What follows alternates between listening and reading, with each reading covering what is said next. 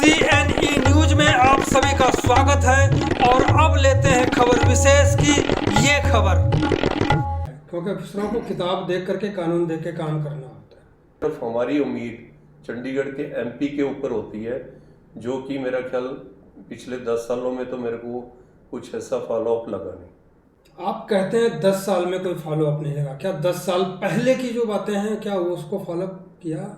उसका भी हमारे गले में एक फंदा डाल दिया गया। सभी कह रहे हैं इस वक्त लोकल कैंडिडेट, तो मैं प्रॉपर्टी कंसल्टेंट एसोसिएशन के साथ जुड़ा हुआ हूँ। सबसे ज़्यादा समस्याएं हैं वो प्रॉपर्टी को लेकर ही हैं, जो कि एक सांसद को भी पता नहीं लगता या MP को इसकी जानकारी नहीं। हर बार जितनी लीज होल्ड प्रॉपर्टी है कमर्शियल, वो अभी तक इन्होंने फ्री होल्ड नहीं की। में बहुत बड़ा रोल होता है एक MP का। कि समस्याएं जो शहर की है वो कई सालों से वहीं की वहीं है। बिल्कुल सही। और अब फिर वही सवाल, चंडीगढ़ शहर की जनता को छित्तर मारने वाला सांसद चाहिए या फिर काम करने वाला? पिछले 20-25 सालों से शहर की जनता समस्याओं दुखों से कराहती रही, लेकिन यहाँ से चुने गए या चुने जाने वाले प्रतिनिधि सत्ता सुख का आनंद उठाते रहे। इसी को लेकर हम बात कर रहे हैं प्रॉपर्टी कंसल्टेंट एसोसिएशन के उपाध्यक्ष विक्रम चोपड़ा से।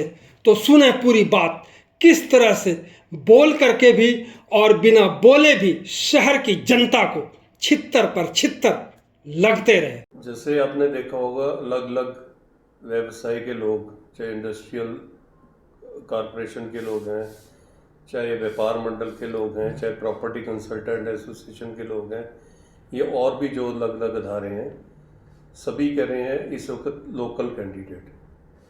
बट मैं उसके साथ साथ एक ही बात कहूँगा, लोकल तो हो ही हो, बट उसके साथ थोड़ा वोकल भी होना चाहिए।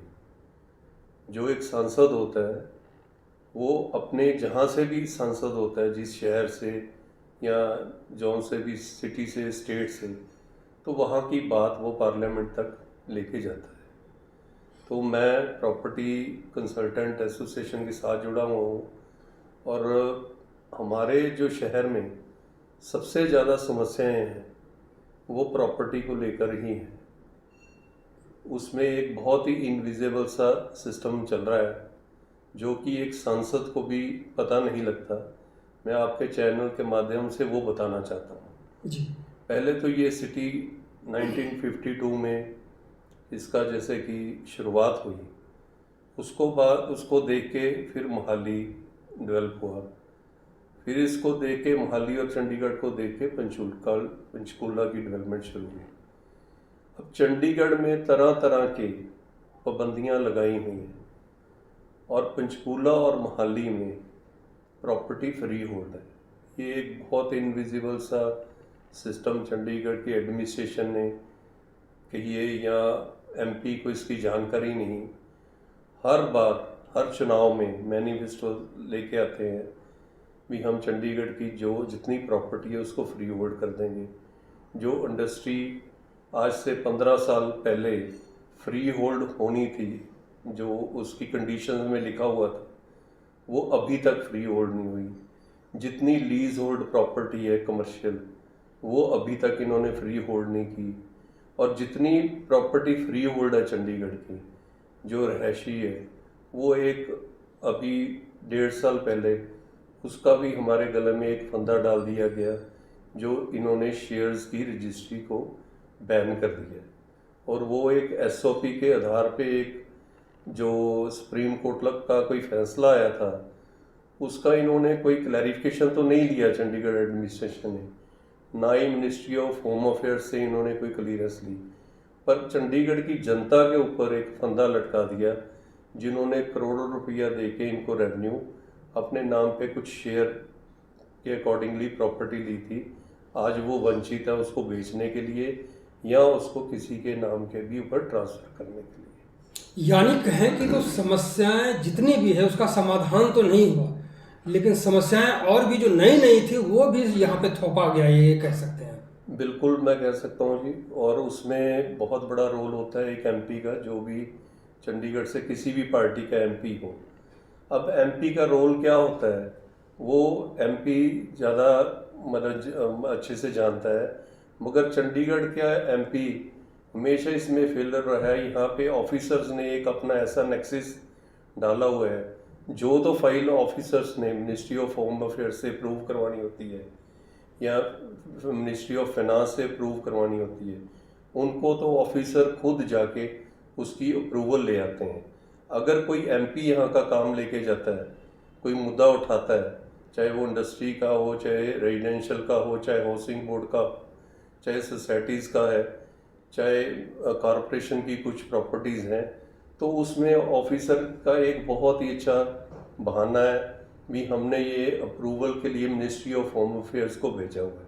हम मिनिस्ट्री ऑफ होम अफेयर्स में क्या है, वहाँ भी आईएएस ऑफिसर सेक्रेटरीज काम करते हैं, वहाँ कई फाइलें हैं, पूरे हिंदुस्तान की फाइलें जाती हैं, जिसमें तो ऑफिसर्स का इंटरेस्ट है वो फाइल तो वहाँ से ये फॉलो अप करके निकाल लेते हैं। जिसमें इनका इंटरेस्ट नहीं, उसको कौन निकालेगा? उसको सिर्फ हमारी उम्मीद चंडीगढ़ के एमपी के ऊपर होती है, जो कि मेरा ख्याल पिछले 10 सालों में तो मेरे को कुछ ऐसा फॉलो अप लगा नहीं। आप कहते हैं 10 साल में कोई फॉलो अप नहीं लगा, क्या 10 साल पहले की जो बातें हैं क्या वो उसको फॉलो अप किया? पहले की बातें भी मैं उससे पहले तो क्योंकि समस्याएं जो शहर की है वो कई सालों से वहीं की वहीं है। बिल्कुल सही कह रहा हूँ, मैं इसीलिए कह रहा हूँ जो एक नुमाइंदा, जो एक एमपी चंडीगढ़ को मिलना चाहिए, किसी भी पार्टी का मिले, वो लोकल से जाकर ज़्यादा वोकल और हमारा रिप्रेजेंटेटिव होने चाहिए, जो हमारी आवाज़ को मिनिस्ट्री ऑफ होम अफेयर्स, या आज भी देखिए अगर आपने देखा हो एक मैसेज चल रहा है व्हाट्सएप के ग्रुप के ऊपर, मेरा ख्याल जीएसटी की सबसे ज़्यादा बड़ी कलेक्शन वो जो चंडीगढ़ से शायद हुई है, या दूसरे नंबर पे हैं हम। ठीक है, अगर हम रेवेन्यू देने में सबसे आगे है हमारा सिटी, तो उस हिसाब से हमें फैसिलिटीज़ भी वैसी मिलनी चाहिए, और मैक्सिमम शहर को, क्योंकि ये शहर और इसका विस्तार नहीं हो सकता, इसका जो एरिया है बहुत लिमिटेड है।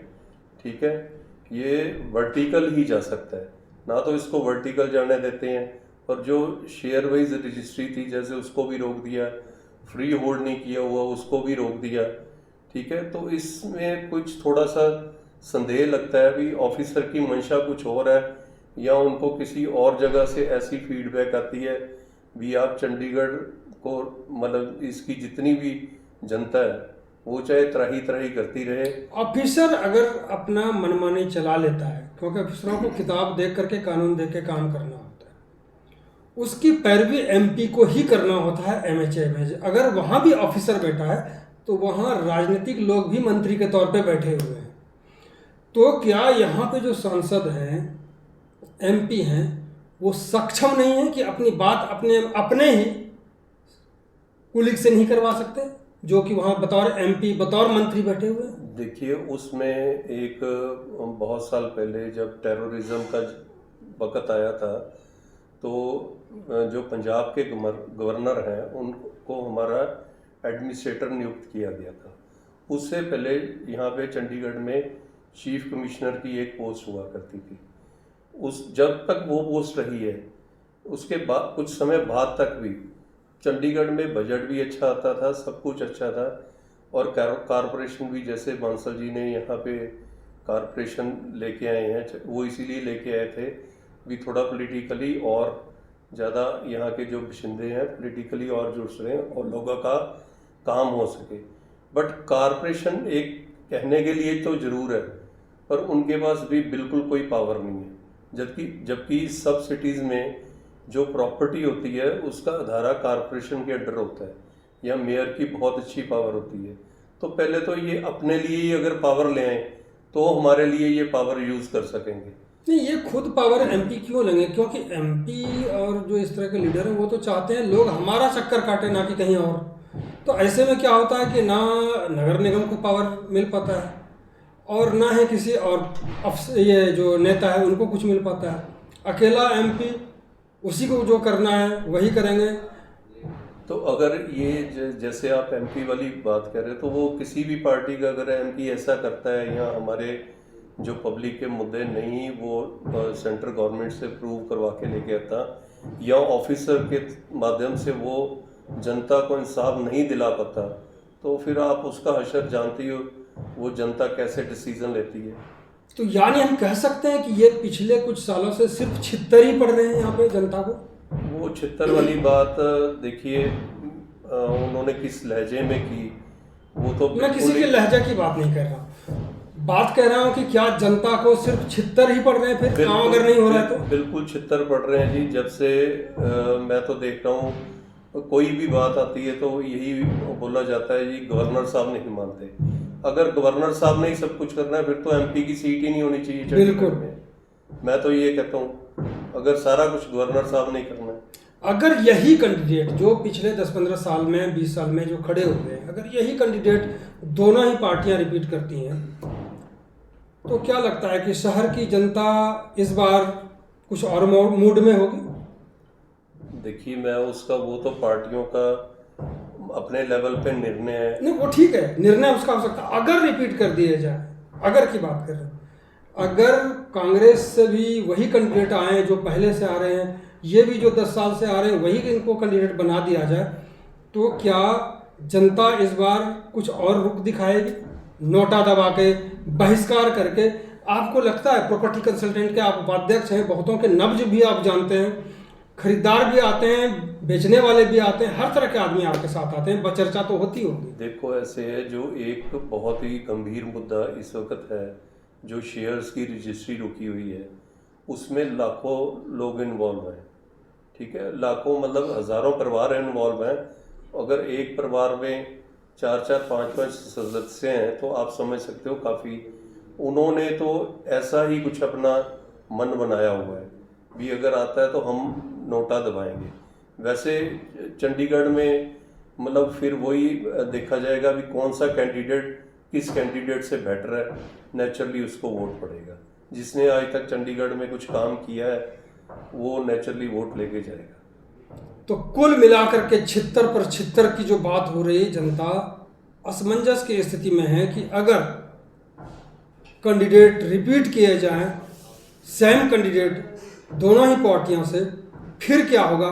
जैसे कि चोपड़ा साहब कह रहे हैं कि नोटा की भी संख्या अधिक हो सकती है इस बार। बहुत बहुत धन्यवाद साहब। धन्यवाद मधुकर जी। CNE न्यूज के साथ बने रहने के लिए आप सभी का बहुत बहुत धन्यवाद।